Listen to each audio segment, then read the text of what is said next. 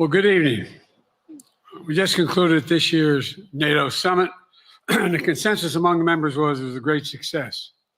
It's especially momentous because it represented the 75th year, the most important military defense alliance in the world's history of the world. We should never forget that NATO grew out of the wreckage of World War II, the most destructive war in history. The idea was to create an alliance of free and democratic nations that would commit themselves to a compact of collective defense. Standing together, they knew we'd all be safer. An attack on one would be treated as an attack on all. And it's worked because a would-be aggressor knows if they attack one of us, they'll be attacked by all of us. Sending that message is the best way to deter aggression and prevent wars in the first place. For those who thought NATO's time had passed, they got a rude awakening when Putin invaded Ukraine. Some of the oldest and deepest fears in Europe roared back to life because once again, a murderous madman was on the march. But this time, no one cowered in appeasement, especially the United States. We collected intelligence that Russia was planning to invade Ukraine months before the invasion. I directed the intelligence community to be a significant amount of intelligence be declassified so I could start building an international coalition to oppose the invasion. Then in February, some of you remember, I warned the world that the invasion was imminent. I rallied a coalition of 50 nations from Europe to Asia to help Ukraine defend itself. Many foreign policy experts thought as Putin amassed Russian forces just 100 miles north of Kyiv, the capital of Ukraine, but Putin thought it was the mother home of Russia. The capital would fall in less than a week. But the Ukrainian people, backed by a coalition to help build, stopped them.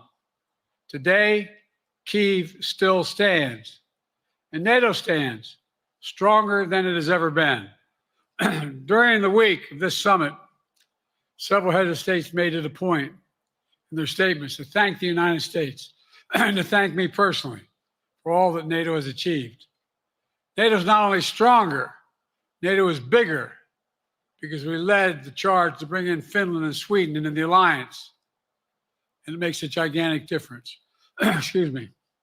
Meanwhile, my predecessor has made it clear he has no commitment to NATO. He's made it clear that he would feel no obligation to honor Article 5. He's already told Putin, and I quote, "Do whatever the hell you want." In fact, the day after Putin invaded Ukraine, here's what he said. It was genius. It was wonderful. Some of you forgot that, but that's exactly what he said. But I made it clear, a strong NATO is essential to American security. And I believe the obligation of Article 5 is sacred. And I would remind all Americans, Article 5 is invoked only once in NATO's long history, and that was to defend America after 9/11. I made it clear that I will not bow down to Putin. I will not walk away from Ukraine. I will keep NATO strong. That's exactly what we did, and exactly what we'll continue to do. Now, the future of American policy is up to the American people. This is much more than the political question. It's more than that. It's a national security issue. Don't reduce this to the usual testament that people talk about, issues of being a political campaign. It's far too important. It's about the world we live in for decades to come. Every American must ask herself or himself, is the world safer with NATO? Are you safer? Is your family safer? I believe the American people know the answer to all those questions is yes. And I believe the American people understand that America is stronger because of our alliances. I believe the American consensus from Truman to Reagan to me still holds today. America cannot retreat from the world. We must lead the world. We're our indispensable nation, as Madeleine Albright wrote. Now let me turn to three other key issues. Just this morning, we had a great economic report showing inflation is down. Overall prices fell last month.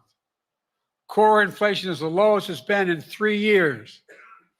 Prices are falling for cars, appliances, and airfares. Grocery prices have fallen since the start of the year. We're going to keep working to take down corporate greed to bring those prices down further.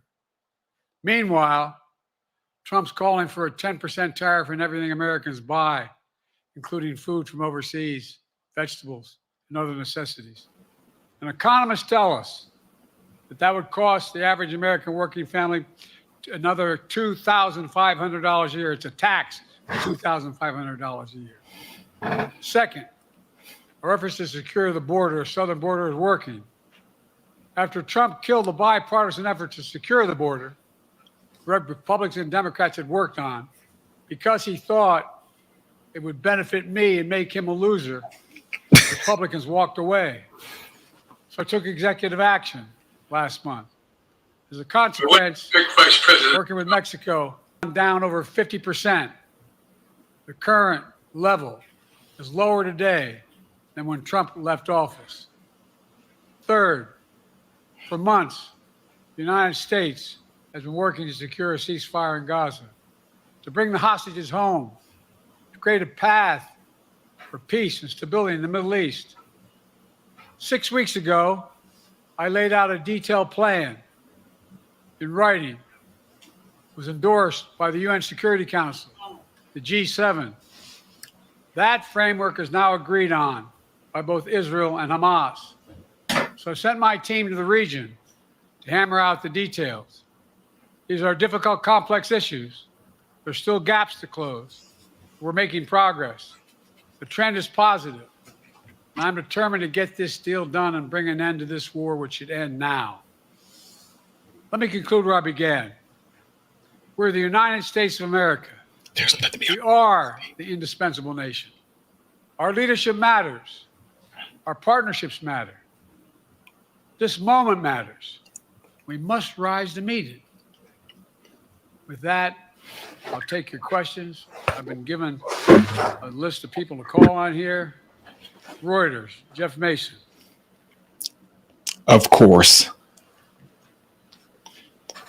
Mr. President, your political future has hung over the NATO summit a little bit this week.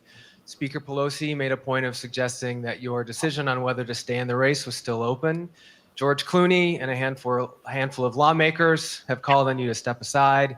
Reuters is reporting tonight that UAW leadership is concerned about your ability to win. UAW just endorsed me, but go ahead. Thank you. My question for you is, how are you incorporating these developments into your decision to stay? And separately, what concerns do you have about Vice President Harris's ability to beat Donald Trump if she were at the top of the ticket? Look, I wouldn't have picked Vice President Trump to be vice president. What? I think she's not qualified to be president. Start there. Number one. The fact is that Vice President Trump? Consideration is that I think I'm the most qualified person to run for president. I beat him once. Vice President I'll Trump? beat him again. Secondly, the idea, I served in the Senate a long time. The idea that senators and congressmen running for office worry about the ticket is not unusual. And I might add, there are at least 5 presidents running or incumbent presidents who had lower numbers than I have now, later in the campaign. So there's a long way to go in this campaign. And so I'm just going to keep moving. And because, look, I got more work to do. We've got more work to finish. There's so much, we made so much progress. Think about it. Think about where we are economically relative to the rest of the world. Name me a world leader who wouldn't want to trade places with our economy. We've created over 800,000 manufacturing jobs, 1.5 million. So things are moving. We got more to go. Working class people still need help. Corporate greed is still at large. Their prices, the corporate profits have doubled since the pandemic. They're coming down, and so I'm optimistic about where things are going. Danny Kemp, AFP. Thanks. Thank you, Mr. President. I wanted to ask you about your, you mixed up Presidents Zelensky and Putin earlier today. And you now have sort of your key allies, including the British Prime Minister, the President of France, the German Chancellor having to step in and make excuses for you on that. Officials here are saying off the record that your decline has become noticeable. Hasn't this now, frankly, become damaging for America's standing in the world? Thank you. Did you see any damage to our standing by leading this conference? Have you seen a more successful conference? What do you think? And the Putin piece, I was talking about Putin, and I said, and now, at the very end, I said, here, I mean, Putin. I said, no. And then I added 5 other names. Look, the idea, anybody suggests that we haven't had an incredibly successful conference. How many times did you hear in that conference? I know it sounds too self-serving, but other leaders, heads of state, in thanking me, saying the reason we're together is because of Biden, because Biden did the following. Look, folks, this is well, anyway, I thought it was the most successful conference I've attended in a long time, and find me a world leader who didn't think it was. Next one, Nancy Cordes, CBS. We just going. Thank you, Mr. President. You mentioned other instances in history where presidents have faced a challenge, but what makes this moment in history so unique is that it is not your enemies who are calling on you to reconsider your decision to stay in the race. It's your friends, supporters, people who think you've done a great job over the past 4 years. Have you spent time thinking about what it would mean for your legacy, which you've worked decades to build, if you stay in the race, despite the concerns that voters say they have, and you lose to someone who you yourself have argued is unfit to return to the Oval Office? Well, look, I'm not in this for my legacy. I'm in this to complete the job I started. As you recall, understandably, many of you and many economists thought my initial initiatives that I put forward, can't do that, it's going to cause inflation, things are going to skyrocket, the debt's going to go up. What are you hearing now from mainstream economists?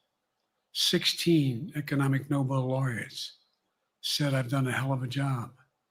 And under my plans so far and what's going to happen in the future if I'm reelected, that things are going to get much better. Our economy is growing. I was determined when I got elected to stop the trickle-down economic theory, that if the wealthy did very well, everybody else would do well. My dad was a well-read, decent guy. I don't remember much trickling down on his kitchen table. Middle-class people and working-class people need help. And so what happened is I decided to was able to implement as president what I believed when I was a senator. And that is that the way to build this economy is from the middle out and the bottom up. That way we grow the economy. And the wealthy still do very well. They do fine. And guess what? Find me an economist, a mainstream economist who said we haven't done well. What have we not done that isn't working right now? And so we got more to do, though. We got to finish the job. And by the way, I come from the corporate state of the world. Delaware has more corporations registered in Delaware than every other state in the nation combined. I'm not anti-corporate, but corporate profits have doubled since the pandemic, doubled. It's time things get back in order a little bit. It's time, for example, if I'm reelected, we're going to make sure that rents are kept at 5% increase of corporate rents for apartments and the like and homes are limited to 5%. We're going to make a lot of changes that I've been talking about because we're going to continue to grow this economy. And by the way, remember how I got so roundly criticized for being so pro-union, not labor, union. Well, guess what? I've been the most pro-union labor president in history. Not a joke. And guess what? We had the Treasury Department do a study. When unions do better, everybody does better. He's about to whisper. Everybody does better. And we talk about how, for example, remember when we talked about getting the computer chip industry back in the United States? Used to be 40% of the industry. We invented the chip. 40% of the industry was in the United States. And former presidents decided that the best way to do it is find the cheapest labor in the world, send the product over there and import what the product was. And so what did I do? I was told not to go over to Europe, to Asia, including Europe, but Asia. And I remember going to South Korea, convincing them to invest $20 billion in the United States to build computer chip factories. And I asked why when they finally decided to do it. And the answer was because you have the safest economy in the world, and you have the best workers in the world. So the whole idea here is we've invested, there's over $50 billion in investment in computer chip manufacturing just coming in the bean. None of you thought that would happen. Oh boy. None of you thought that would happen. But it's happening. It's happening.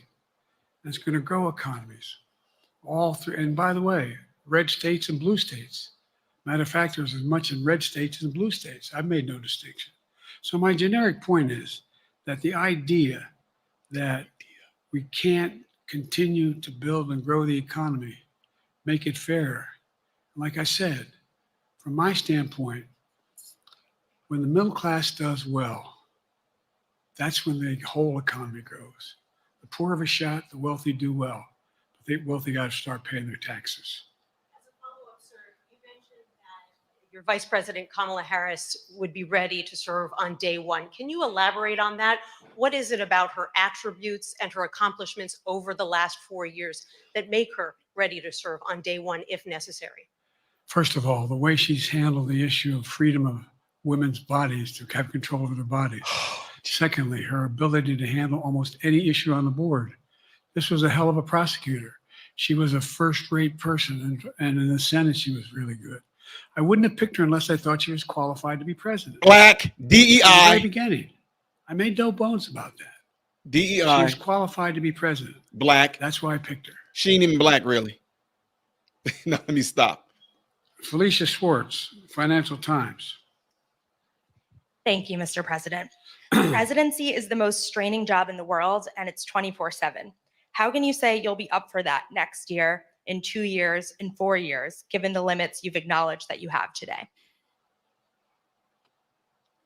The limits I've acknowledged I have. There's been reporting that you've acknowledged that you need to go to bed earlier and your evening around 8. That's not true. Look, what I said was, instead of my every day starting at 7 and going to bed at midnight, it'd be smarter for me to pace myself a little more. And I said, for example, the 8, 7, 6 stuff, instead of starting a fundraiser at 9 o'clock, start at 8 o'clock. People get to go home by 10 o'clock. That's what I'm talking about. I'm not talking about, and if you look at my schedule since I made that stupid mistake in the campaign, in the debate, I mean, my schedule has been full bore. I've done, where's Trump been? Riding around in his golf cart, filling out his scorecard before he hits the ball. I mean, look, he's done virtually nothing. And I have, I don't know how many, don't hold me to it, roughly 20 major events, some with thousands of people showing up. And so I just think it's better. I always have an inclination, whether I was playing sports or doing politics, just to keep going, not stop. I just got to just pace myself a little more. Pace myself.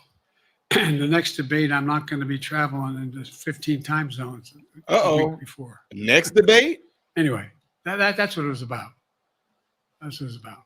And by the way, even with that, I love my staff, but they add things all the time. At the very end, I'm catching hell from my wife for that. Anyway. Keep on letting that speak. Let that dementia speak. I'm sorry. Zeke Miller, Associated Press. Thank you, Mr. President. 2 questions for you. First, on the NATO summit, President Zelensky, in your meeting with him, he pressed you to lift your limitations on the Ukrainian use of American weapons, saying that, in his public remarks afterwards, saying that Ukraine cannot win the war unless those limitations are lifted. Are you reconsidering your position on that? And then secondly, following up on Felicia's question there, leaders of your own party have said that they're not worried about that debate. They're worried about the next bad night and the bad night after that. How can you reassure the American people that you are up to the task and that there won't be more bad nights at a debate stage or somewhere else? First thing about Zelensky asking for the ability to strike deep into Russia. We've allowed Zelensky to use American weapons in the near term, in the near or abroad, into Russia. Whether or not he should be attacked. For example, should Zelensky, he's not.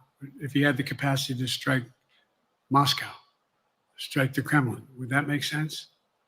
It wouldn't. The question is, what's the best use of the weaponry he has, the weaponry we're getting to him? I've gotten a more long-range capacity as well as defensive capacity.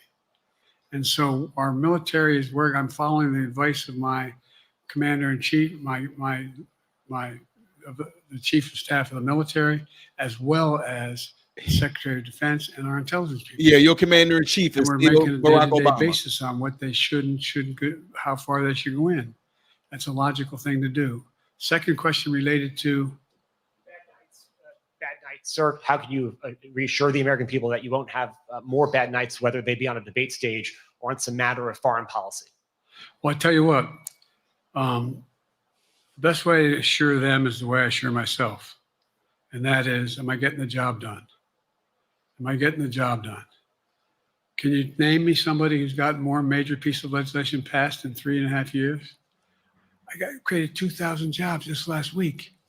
Oh So my if God. I slow down, I can't get the job done. That's a sign that I shouldn't be doing it. But you just say you want There's to no be patient. indication of that yet. None. Who I got here? Still didn't answer the question. Merrick, Christ. Pulaski Radio. Thank you, Mr. President. How are you? I'm well. No, you're not. The elections in the US have consequences around the world. You have pretty high standing in Europe. I just asked President Macron about you, and he said we are happy to have him as the President of the United States.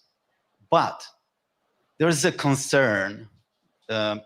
Many people in Poland and across Europe are worried that the former president may win the election.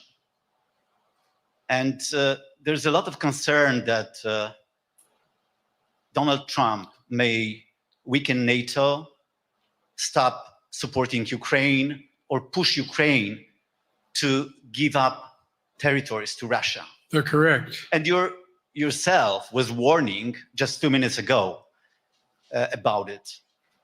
So my question is, do you think that Europe will be left on its own if Donald Trump wins the election?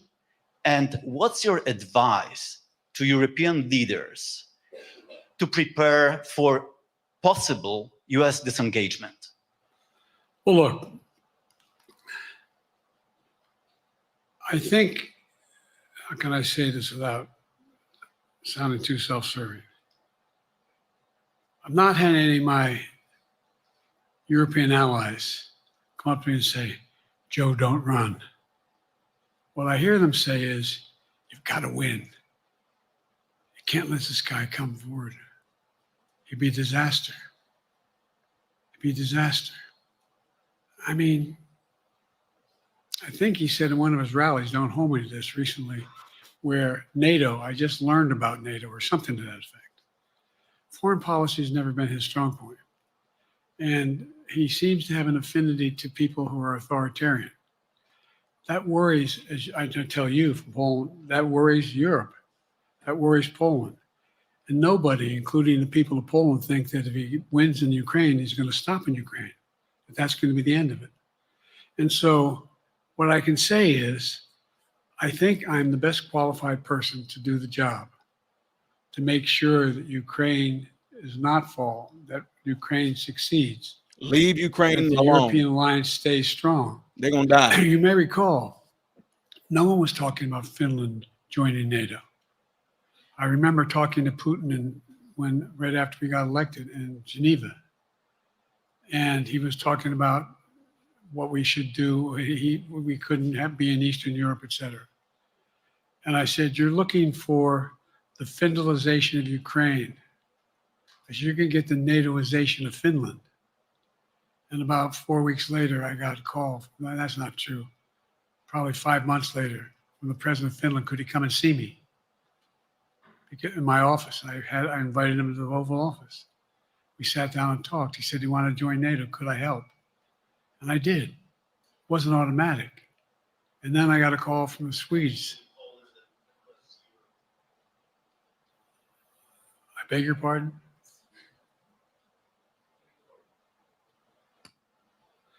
And so Finland joined NATO. 800-mile border is a significant, and they were already allies, but they weren't part of NATO. And you heard, I think you heard, maybe I can't recall whether he said it publicly in our closed meeting, but he wouldn't mind it being repeated. He said, we decided in Finland, the people of Finland decided they had to be part of NATO. It was in our interest because of the joint ability to be together, to dissuade any attack on Finland. And the same thing with Sweden. It took a lot of selling to some folks, particularly in Turkey and other places, to agree to the expansion. But it expanded. And we're a hell of a lot stronger because of it. We're more secure because of it. And by the way, I was able to get 50 other nations, 50, to support Ukraine. 50. We were able to bring about a coalition of Europe and Asia, Japan and South Korea. I just we talked about AUKUS, and we talked about the relationship between Australia, New Zealand, Japan, South Korea, the United States. We're making the world safer and stronger because we have to deal with the new arrangement that exists in the world. The Cold War is over. The post-war era is over. What is going to replace it? And I respectfully suggest I have a pretty good idea what that should be. I've convinced a lot of people to follow it. We're just going to get stronger. David Sanger. Where's it?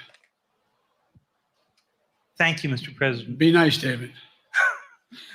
Mr. President, the NATO declaration that was issued yesterday was very notable because it described China as a decisive enabler of the war in Ukraine for its provision of critical goods to the Russians.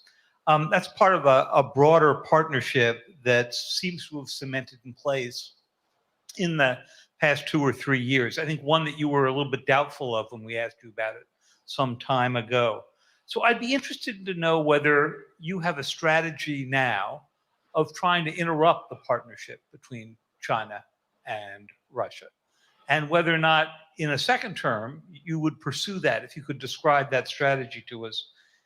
And along the way, could you also tell us whether you think, just to follow up on Felicia's question, that if you were in a room with Vladimir Putin again, the way you were 3 years ago, or with President Xi, that a few years from now, you will be able to go negotiate with them, handle them one-on-one?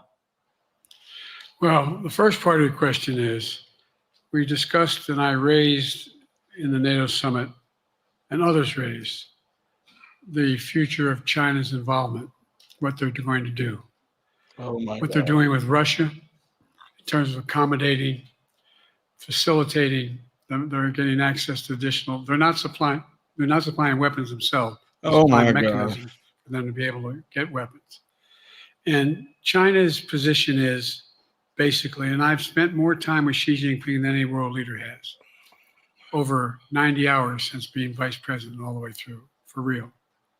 And by the way, I handed all my notes. But my point is that she believes that China is a large enough market that they can entice any country, including European countries, to invest there You did not answer. in return for commitments from Europe to do A, B, C, or D, or not to do certain things.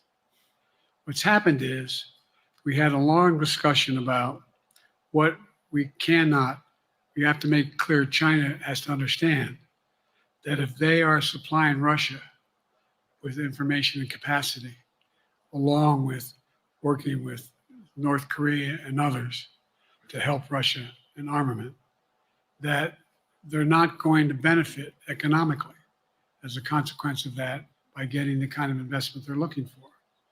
And so, for example, we're in a situation where, Oh my God. and we've reestablished direct contact with China after that. Remember the balloon, quote unquote, going down, and all of a sudden things came to an end? Well, we set up a new mechanism. There's a direct line between Xi and me, and our military has direct access to one another, and they contact one another when we have problems. The issue is that we have to make sure that she understands there's a price to pay for undercutting both the Pacific Basin as well as Europe, and it relates to Russia and dealing with Ukraine. And so for example, if you want to invest in China, as you know this area really well. Want to invest in China, you have to have a 51% Chinese owner. You have to make sure that you do by their rules, and you don't have the authority, and you have to provide all access to all the data and information you have. There was a while there, as you recall, the last administration and other administrations, where the access to that market was enticing enough to get companies to come in because they had access to over 1 billion people in a market, not 1 billion, but a lot of people in the market. And so they were doing it. But that got curtailed when we started saying we're going to play by the same rules. For example, the idea they don't abide by the international rules related to subsidizing products by the government funding. So guess what? They're not going to be able to export their electric vehicles to the United States without a significant tariff. Others are doing the same thing around the world. But it is a concern. It is a concern that you have both China, North Korea, Russia, Iran, countries that are not necessarily coordinated in the past, looking to figure out how they can have impact. That impact? Yes, I do, but I'm not prepared to talk about the detail of it in public. And I think you'll see that some of our European friends are going to be curtailing their investment in Russia. In China, as long as China continues to have this indirect help to Russia in terms of being able to help their economy as well as help them in as a consequence that their ability to fight in Ukraine. The other thing that we talked a lot about is that, and I raised it, and I didn't hear any. I can't swear that everyone agreed because not everyone got to talk about it. But we need a new industrial policy in the West. For example, we talked about how both the EU as well as NATO has to be able to begin to build their own munition capacity, has to be able to generate their own capacity to provide for weapons and the ability to, it came as a surprise to some of us how we had fallen behind in the West in terms of the ability to construct new material, new weaponry, new everything from from vehicles to weapon systems. And so one of the things that came out of this was we're going to be meeting again with a number of my colleagues, my European colleagues, is what do we do to increase the capacity of the West, particularly in Europe and Japan, to be able to generate kind of ability to produce their own weapon systems, not just for themselves, but to be able to generate that. It's the same, it's what Russia's trying to figure out. That they went to China and they didn't get the weapons, but then they went to North Korea. But we're going to be in a position where the West is going to become the industrial base for it to be able to, the ability to have all the defensive weapons that we need. That was a discussion as well. I'm sure you answered on whether you would be ready to go deal with Putin and Xi 2 or 3 years from now. I'm ready to deal with them now and 3 years from now. Look,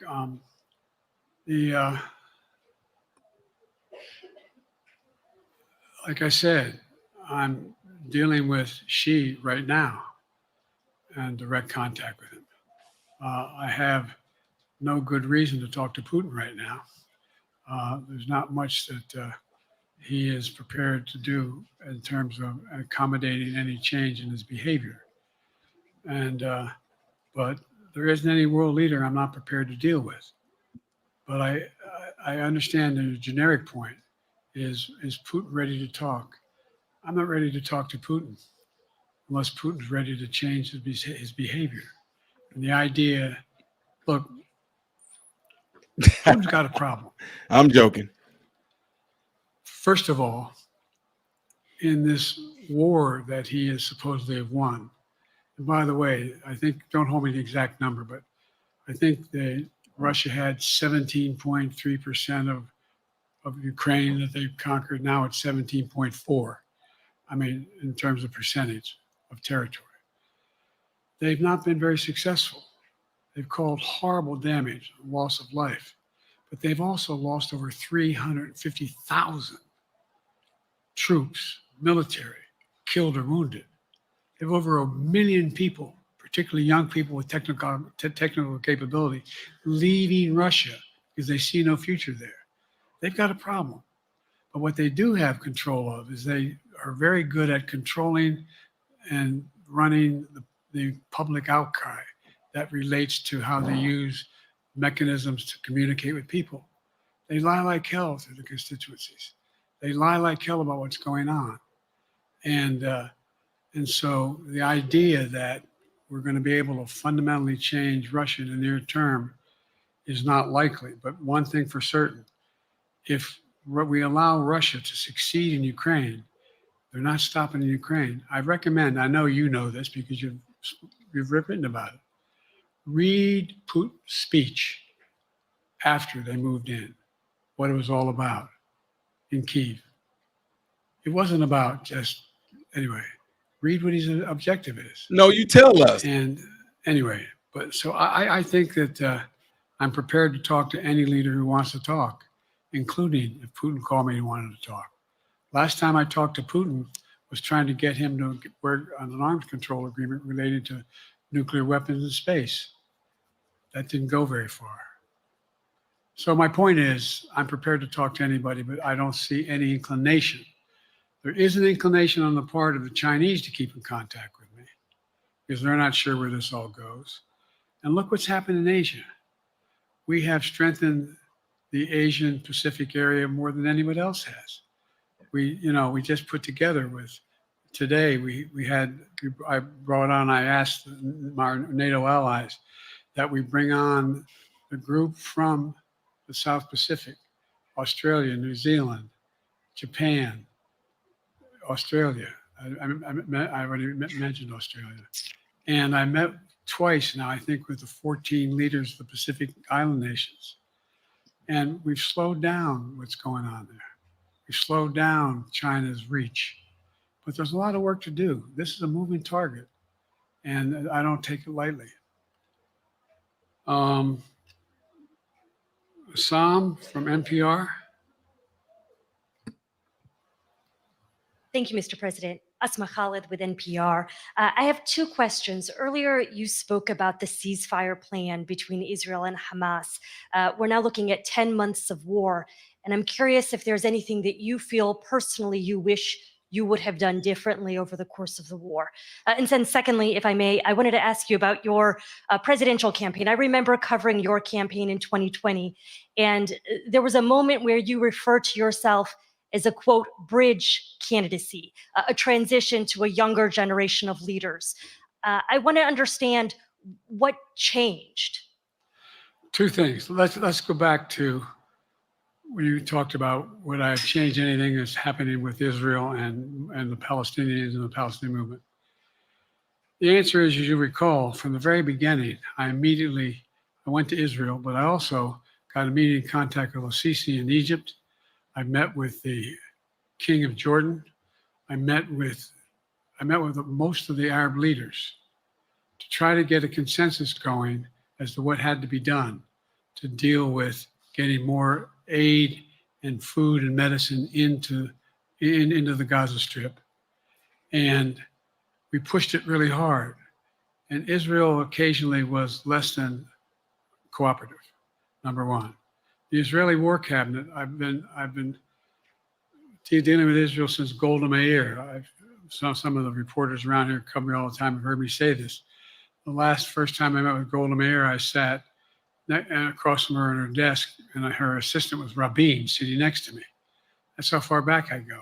I know Israel well, and I support Israel. But this war cabinet is one of the most conservative war cabinets in the history of Israel. And there's no ultimate answer other than a two-state solution here. And so what was able to be done in terms of the plan I put together was it would be a process for a two-state solution. And we get the Arab nations to, particularly from Egypt all the way to Saudi Arabia, to be in a position where they would cooperate in the transition so that they could keep the peace in Gaza without Israeli forces staying in Gaza.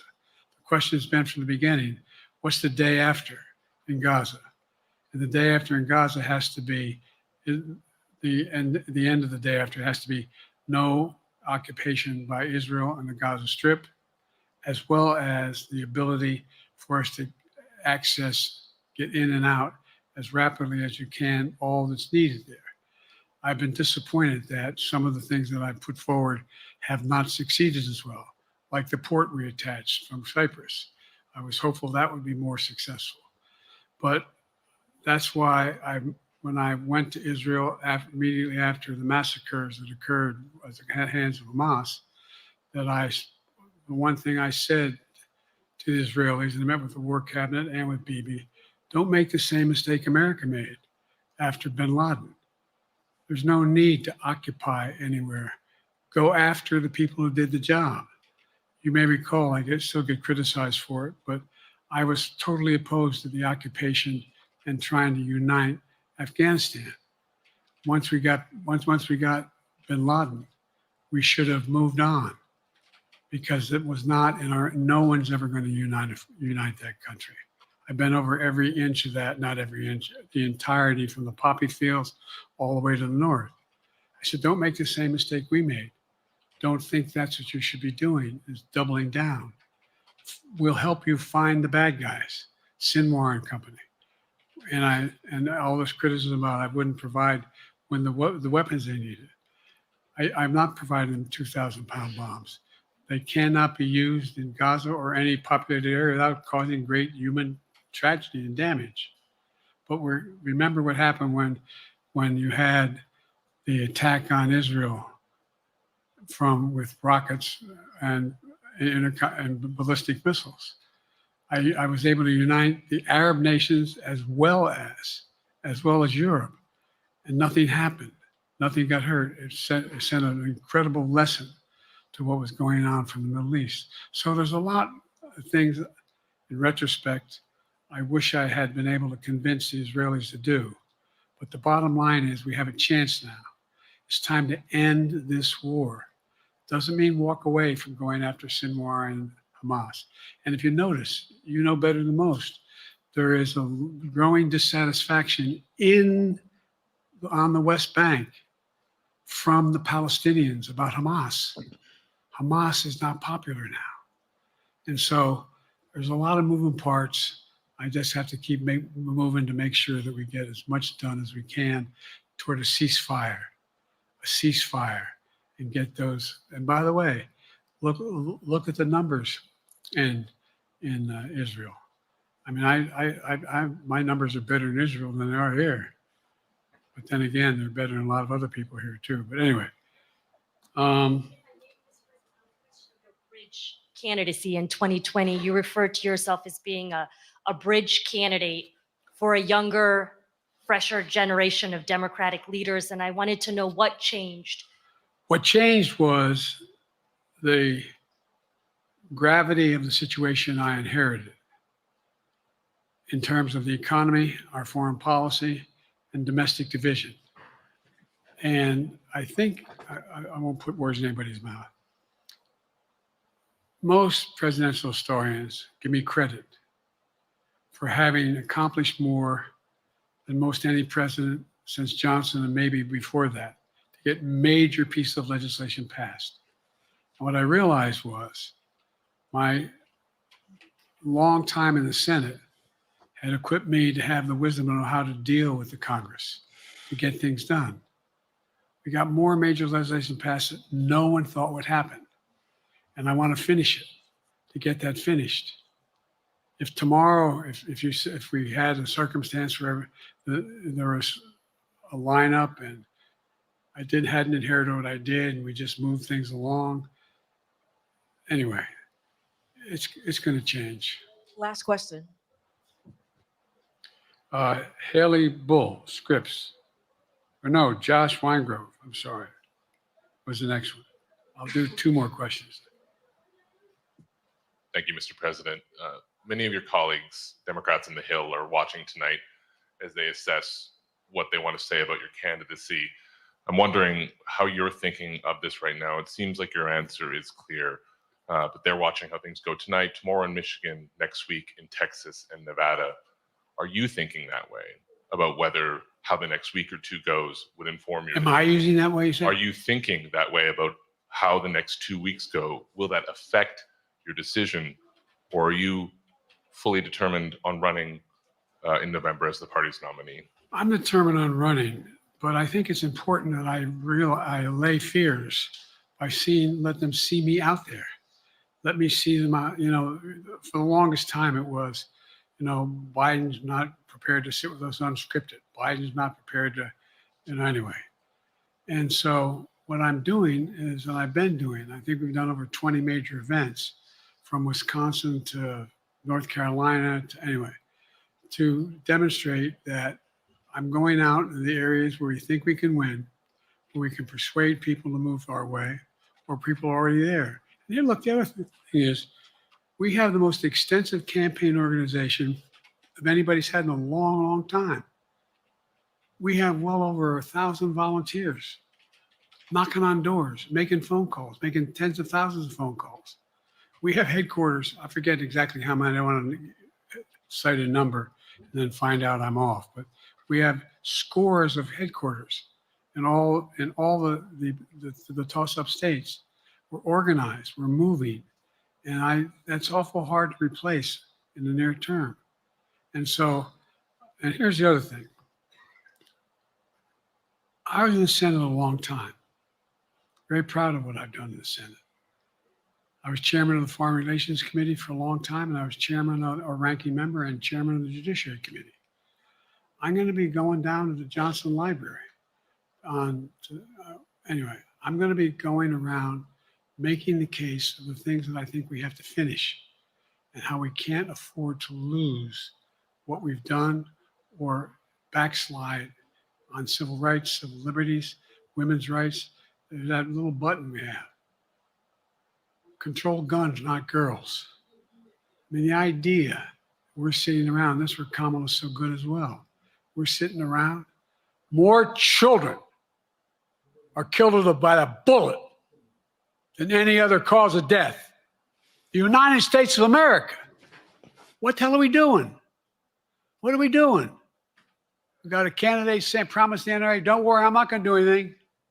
I'm not going to do anything. You got a Supreme Court that is what you might call the most conservative court in American history. This is ridiculous. There's so much we can do. What the heck was that? And I'm determined to get it done. It's about Guns freedom. are going to kill my bullets. By There. the way, Yeah. I'll More end than- this. Wait, What I'm not was gonna that do Haley explosion, man? has to come up too. But, I remember I made a speech on democracy in Philadelphia at Independence Hall. And I'm not being critical, just observing. The bulk of the press, what the hell is he talking about that for? Democracy. You did. Democracy is not an issue. Democracy is not an issue. Except the polling data showed 60% of the people knew I was right, thought I was right. I'm not asking you a question. You don't have to answer, obviously. But do you think our democracy is under siege based on this court? Do you think democracy is under siege based on Project 2025? Do you think he means what he says when he says he's going to do away with the civil service, eliminate the Department of Education, make sure, I mean, I hope he does. we've never been here before. And that's the other reason why I didn't, you say, hand off to another generation. I've got to finish this job. I've got to finish this job because there's so much at stake. What job is that? We've had some discussions over the past few days with your press secretary about the question of health exams. And you said you take a cognitive test every day in this job. Are you open to taking another physical or test before the election? Governor Whitmer of Michigan, for instance, said it wouldn't hurt to take a test. Well, look, two things. One, I've taken 3 significant and intense neurological exams by a neurologist. See, you need These one right cases now. Recently this February. And they say I'm in good shape. Okay. Although I do have a little problem with my left foot because it's not as sensitive because I broke my foot and didn't wear the boot. But I'm good. I'm tested every single day about my neurological capacity, the decisions I make every day. No way. You talk to my staff, all of you talk to my staff. Nope. Sometimes my staff talks a lot. But the fact of the matter is, I don't think you have them telling you that all the major ideas we've undertaken haven't been in part initiated by me. I remember when the staff and I said, I'm going to go to South Korea. We're going to get the chip. What are you doing? I'm going to get Japan and Korea back together again after essentially having hostilities toward one another since the end of World War II. I'm going to move and see if we can expand it. Lord Jesus. The only thing age does is help you with it. Creates a little bit of wisdom if you pay attention. Not in So you. The point I'm making is There is no I point. think it's important that if the neurologist tells me he thinks I need another exam, and by the way, I've laid every bit of the record out. Hadn't hidden a thing. You ought to ask Trump for his, okay? I laid it all out. And every single day I'm surrounded by good docs. If they think there's a problem, I promise you, or even if they don't think it's a problem, they think I should have a neurological exam again, I'll do it. But no one's suggesting that to me now. Give us I'll that ask you audio. another question. No matter what I did, no one's going to be satisfied. Did you have 7 docs? Did you have 2? Who'd you have? Did you do this? How many times did you? So I am not opposed if my doctors tell me I should have another neurological exam, I'll do it. But that's where I am. Haley Bull, Scripps. Thank you, Mr. President. You said you're making decisions on a day-to-day basis when it comes to support for Ukraine. Does that mean you have not closed the door on further considering lifting restrictions for U.S.-made weapons inside Russia? And if I may, your convention is coming up where your delegates are pledged to make you the official nominee. If they have second thoughts, are they free to vote their conscience? Obviously, they're free to do whatever they want, but I get overwhelming support. Overwhelming support. I won, I forget how many votes I won in the primary. Overwhelming. And so tomorrow, if all of a sudden I show up at the convention, everybody says, we want somebody else, that's the democratic process. It's not going to happen. Even if that means they vote for someone else? Sure.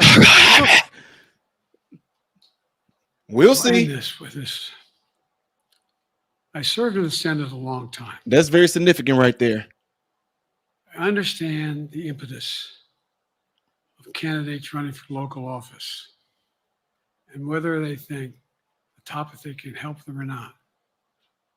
In my state of Delaware, which was a very, at least a purple, it was a red state when I started, in terms of where you now talk red and blue.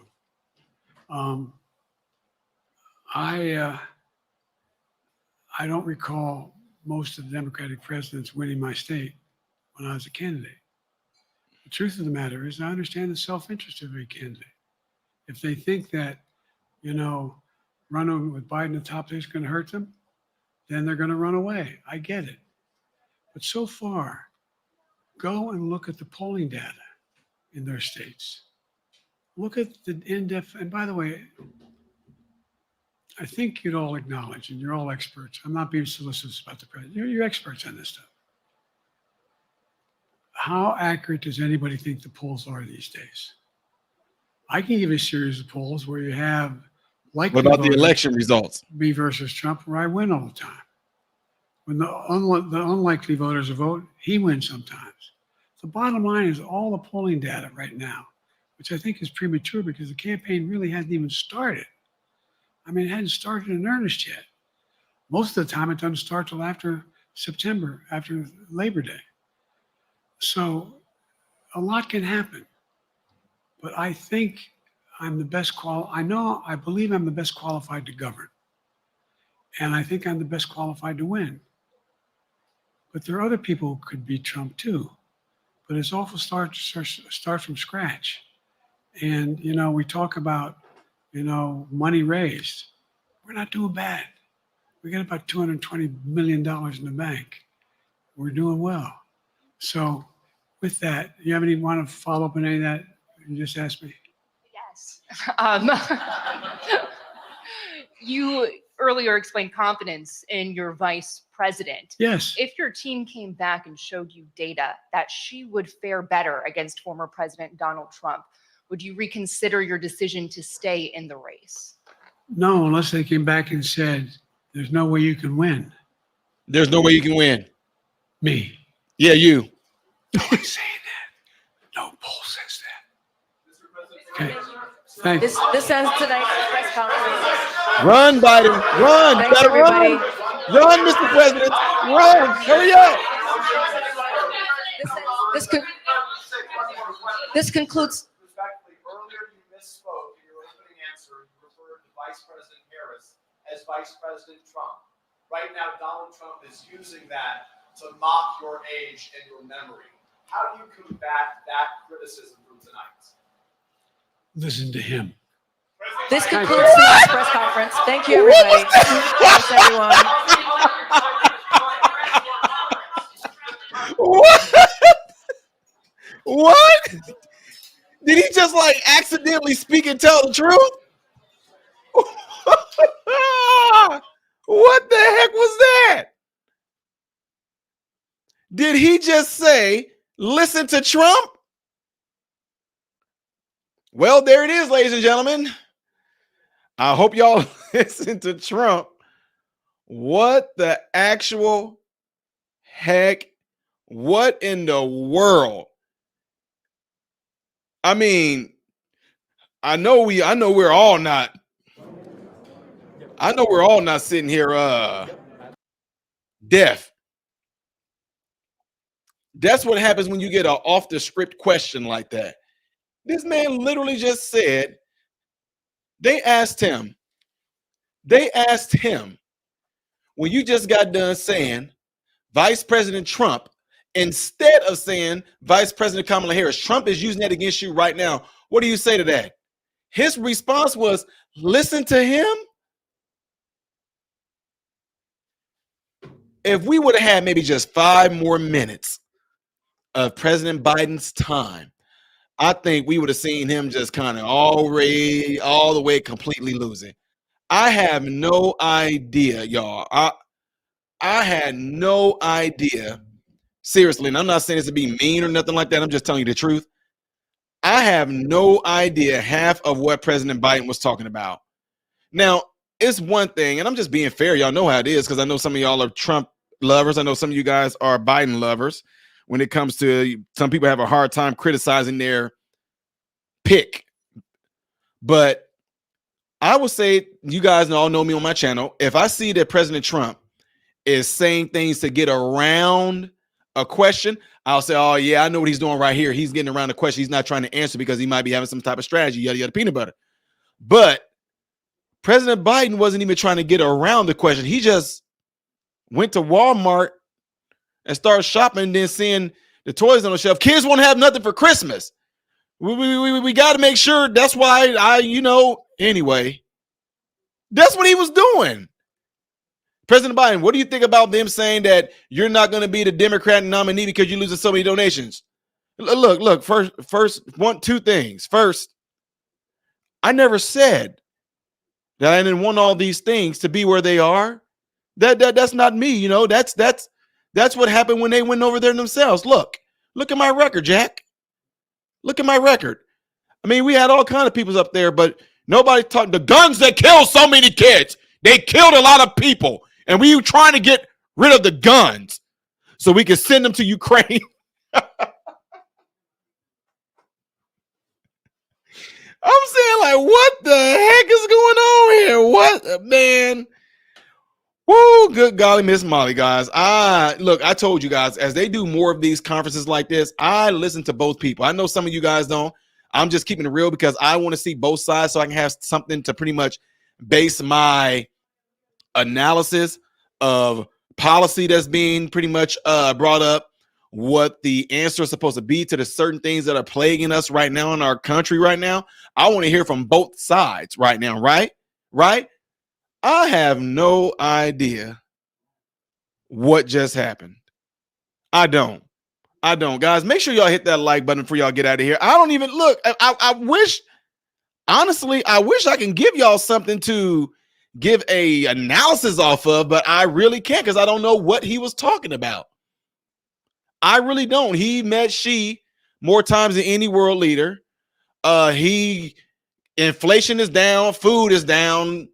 He claims he's gotten more jobs. He claims they just created 4,000 jobs yesterday. He claimed. Yeah, guys, I told y'all I'm not gonna hold y'all long. My next thing that I may be going live on is when President Trump is going to choose who his VP is going to be, and I'll be covering that. But guys, I'm not gonna waste no more of y'all time. That was a waste of time, I guess, in my opinion. That's me though. I mean, oh my God, guys, I will catch you guys in the next one. Hopefully y'all didn't fall asleep. I wanted to. Okay. One positive thing I would take away from this. Y'all might think I'm crazy for this. Y'all might think it's crazy. I'm serious. I can listen to President Biden talk when I'm trying to go to sleep. I'm keeping it real. I'm not trolling right now, as y'all might think. The way that President Biden talks, he talks like a lot of our patients, a lot of our residents, that real, I'm sure, I just had and we look, we have a guy and we got done anyway. We have that shot more than the crowd. Never look, we have a record. We're gonna do certain things going. Look, Jack, we don't even have certain things going there. And I was the one that going to do it. I can fall asleep to that. It's so monotone and soft spoken, has like a talk / rasp whisper like quality to it. I can fall asleep to that. Seriously. Whenever I made myself disappear, I literally walked down my hallway in my man cave. I came back, I did 10 push-ups, 10 squats, 10 sit-ups, then I got back in the chair. Because it makes my brain just kind of like a boring teacher. or I find myself drifting off. Like I'm like in Walmart, I'm like at Winn-Dixie, I'm like at Publix, I'm like in the dang on shopping store getting the food off the shelf. I drift off with stuff like that. I'm serious. So yeah, y'all. Anyway, look, shout out to every last one of y'all sitting through that. It's y'all, I'm serious. It's like being in that boring class in college or the boring class in high school where you know I'm just doing everything I can to stay asleep, or I'm gonna get 10 points taken off for no participation. Woo! Jesus Christ, boy. Appreciate y'all for doing that with me, though. Y'all sat through it with me, guys. I'm about to catch y'all in the next one to see what's going on the Trump side. MRM, that monotone and drawing and the kind of speech you're talking about, Mariokis does that, and so does others when they're testifying in Congress. My God. Woo, Jesus. All right, appreciate you, Mimi, who's been holding it down here. Long Dog, y'all all with y'all comments here. Greg McNeely, 11 Venom, Legacy, Heather Hugh, Kelly P, Functions Radar, Yvette Holland, Amber M, C, Steve Kern, Greg McNeely, NB, The Raven, always a pleasure, sir. Chanel Durham, always a pleasure. Glad you guys were in here. Jinwed, Georgie, LSU 19, Shelby Vaughn, Joe Poy, Wolfan, appreciate y'all all being here, man. I'll catch y'all in the next one because I'm about to pass out right now. I need to go jog or something. No. I'm Ty Smith, model Renaissance man, hoping and praying that every last one of you guys have food, shelter, and clothing. Most of all, I pray every last one of you guys are in great health, mentally, physically, emotionally, spiritually. God bless you all through Jesus.